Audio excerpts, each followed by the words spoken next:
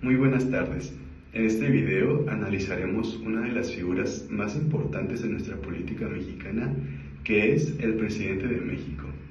El presidente de México es el jefe del Poder Ejecutivo Federal y tiene la enorme responsabilidad de tomar el rumbo del país, tomar decisiones clave y representarnos tanto a nivel nacional como internacional.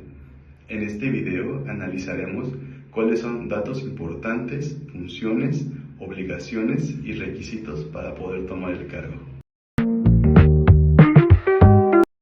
Bueno, yo les vengo a hablar de en cuántas personas se deposita el ejercicio del Supremo Poder Ejecutivo en México, según el artículo 80 de la Constitución.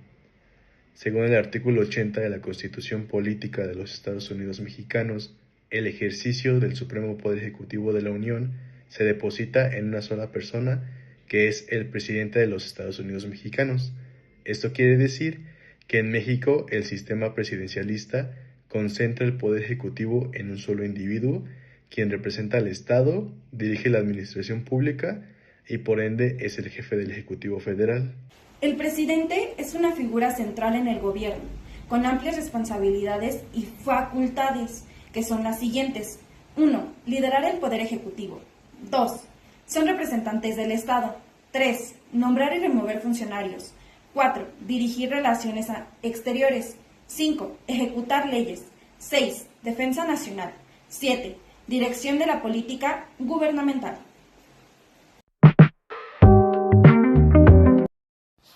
¿Cómo se hará la elección del presidente? En el artículo 81 constitucional nos menciona que la elección del presidente será de manera directa y en los términos que disponga la ley electoral.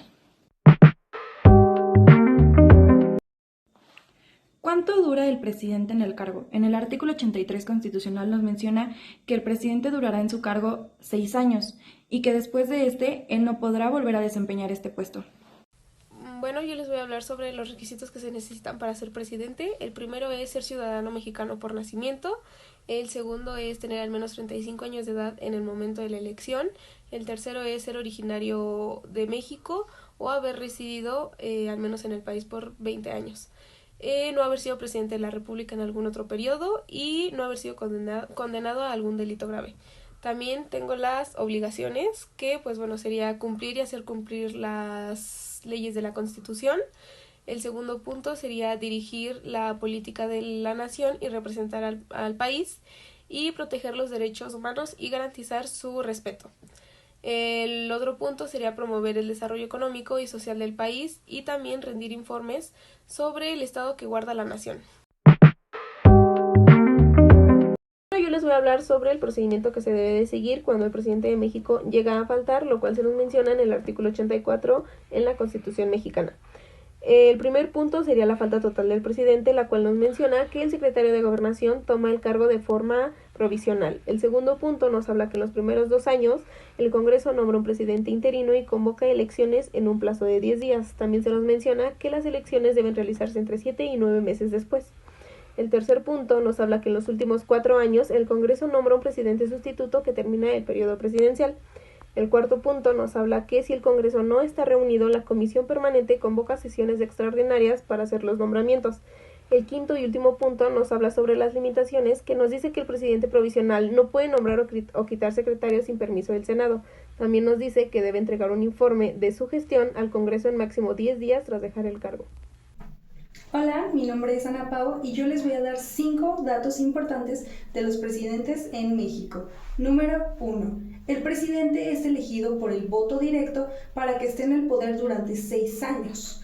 Esto sin forma de reelección, ya que es importante resaltar que la reelección no está permitida en la Constitución y que solamente han habido 2 presidentes en la historia de México que se han podido reelegir. El primero es Benito Juárez y el segundo es Porfirio Díaz. Número 2. Durante 107 años de historia en México han habido 22 presidentes, la mayoría con estudios universitarios. Número 3.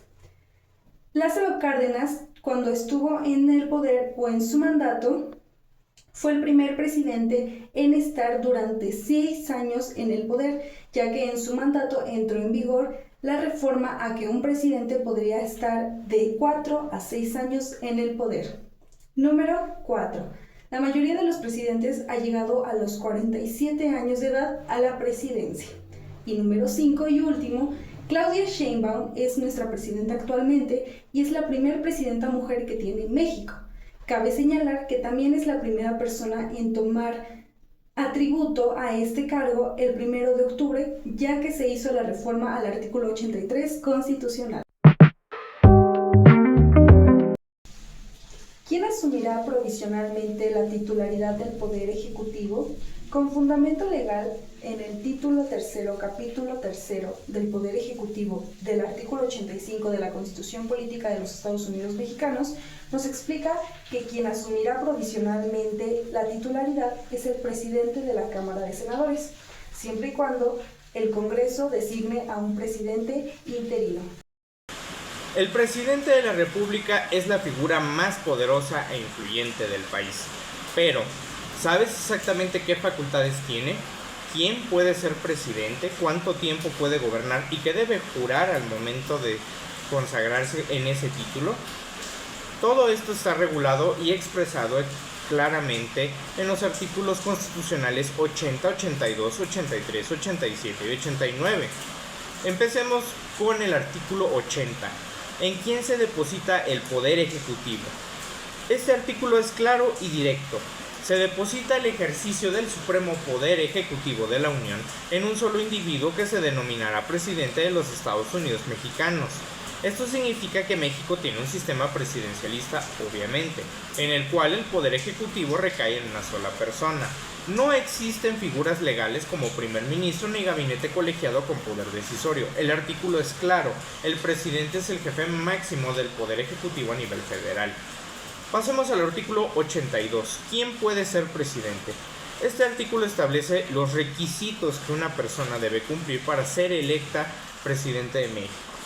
Son varios, pero los más importantes son ser ciudadano mexicano por nacimiento y tener padre o madre mexicanos, tener mínimo 35 años cumplidos al momento de la elección, haber residido en México al menos durante el año previo a la elección, no haber ocupado el cargo de presidente, ni provisional, ni interino, ni sustituto, y no ser secretario de Estado, fiscal general, gobernador, ni jefe de gobierno de la Ciudad de México, a menos que se separe del cargo 6 meses antes de la previa elección. Pasemos al artículo 83. ¿Por cuánto tiempo gobierna el presidente de México? El artículo nos expresa: el presidente entrará a ejercer su cargo el 1 de octubre y durará en él 6 años. Y lo más importante de todo esto, el ciudadano que haya desempeñado el cargo de presidente en ningún caso y por ningún motivo podrá volver a desempeñarlo. En otras palabras, no hay reelección presidencial en México, ni por un día, ni de forma alterna, ni directa, ni indirectamente. Esta prohibición absoluta busca evitar el regreso de figuras autoritarias como lo fue en la época del Porfiriato. Artículo 87. ¿Qué jura el presidente al asumir el cargo? Cuando el presidente toma protesta, debe decir lo siguiente: protesto guardar y hacer guardar la Constitución Política de los Estados Unidos Mexicanos y las leyes que de ella emanen. Esto no es solamente palabras, no es un formalismo, es una obligación y un deber constitucional. Significa que el presidente se compromete públicamente a respetar la ley suprema del país y a actuar dentro del marco legal, evitando abusos de poder. Incluso puede añadirse la frase: y si así no lo hiciere, que la nación me lo demande. Un recordatorio de manera solemne de que el pueblo tiene el poder de exigirle cuentas al presidente. Pasemos al artículo 89. ¿Qué facultades tiene el presidente? Este es uno de los artículos más extensos e importantes, pues enumera las facultades y obligaciones del presidente de la República. Algunas de las más destacadas son promulgar y ejecutar las leyes que expida el Congreso de la Unión, nombrar a los secretarios de Estado, embajadores, cónsules y al fiscal general, claro, con la aprobación del Senado, dirigir la política exterior, celebrar tratados internacionales, preservar la seguridad nacional y disponer de la Guardia Nacional en casos de emergencia, conceder indultos en ciertos casos y al ser comandante supremo de las Fuerzas Armadas. Esto quiere decir dirigir al Ejército, Armada y Fuerza Aérea Nacionales. El presidente no solo es jefe de gobierno, sino también es la figura que es jefe del Estado mexicano y es el comandante supremo de las Fuerzas Armadas. Pero todas sus acciones están limitadas por la Constitución. No es un monarca y tampoco tiene poder absoluto. Sus decisiones pueden ser impugnadas, fiscalizadas y controladas por otros poderes. Entonces, en resumen, recapitulemos. El artículo 80 nos dice quién ejerce el poder ejecutivo, el 82 quién puede aspirar a este cargo, el 83 por cuánto tiempo gobierna y la prohibición de reelección, el 87 el juramento solemne que lo obliga a respetar la Constitución y el 89 las facultades que tiene en el cargo. Conocer estos artículos es fundamental para entender cómo funciona el gobierno y cuáles son los límites del poder presidencial, porque una ciudadanía informada es una ciudadanía más libre.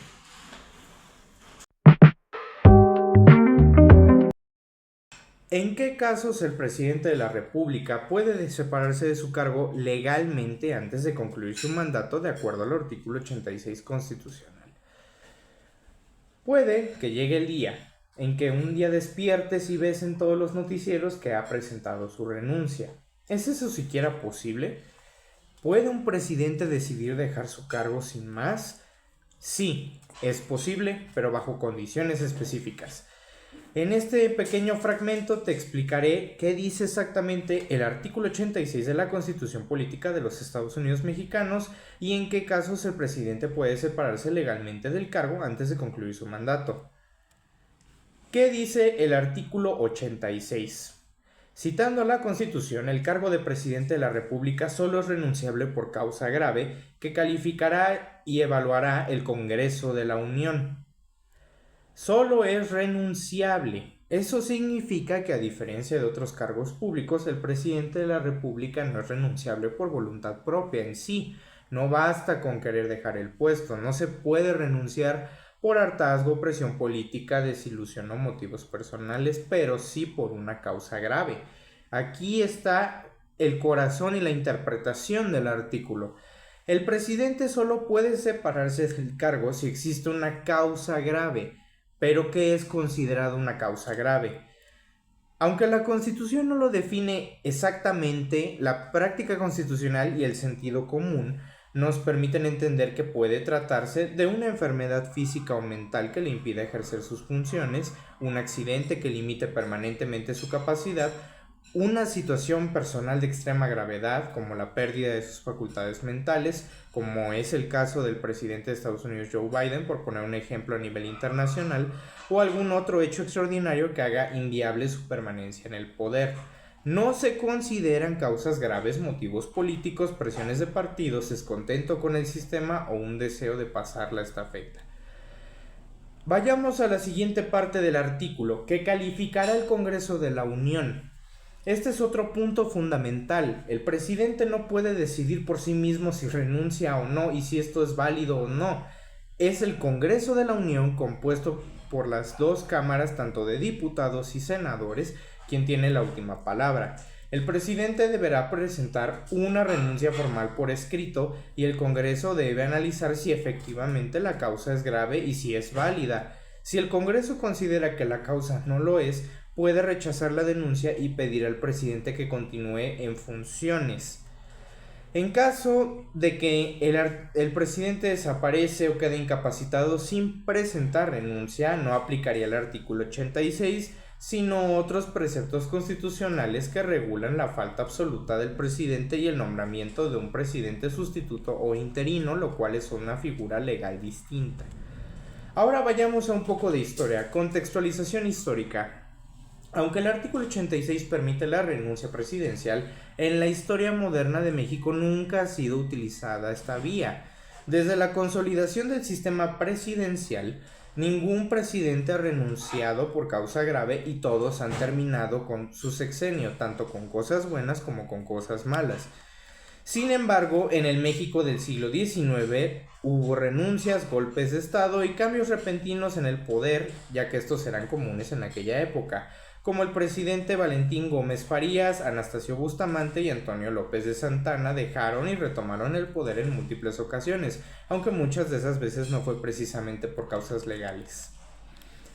En resumen, y poniéndolo en cristiano, el presidente de México no puede renunciar cuando quiera, solo puede hacerlo si existe una causa verdaderamente grave y si el Congreso de la Unión lo aprueba. Es una medida pensada para garantizar la estabilidad en el país, proteger la continuidad del gobierno y evitar abusos o vacíos de poder. Así que la próxima vez que escuches rumores de que el presidente puede renunciar, recuerda lo que dice el artículo 86. Y vuelvo para que quede claro. El cargo de presidente de la República solo es renunciable por causa grave, que calificará el Congreso de la Unión. Gracias.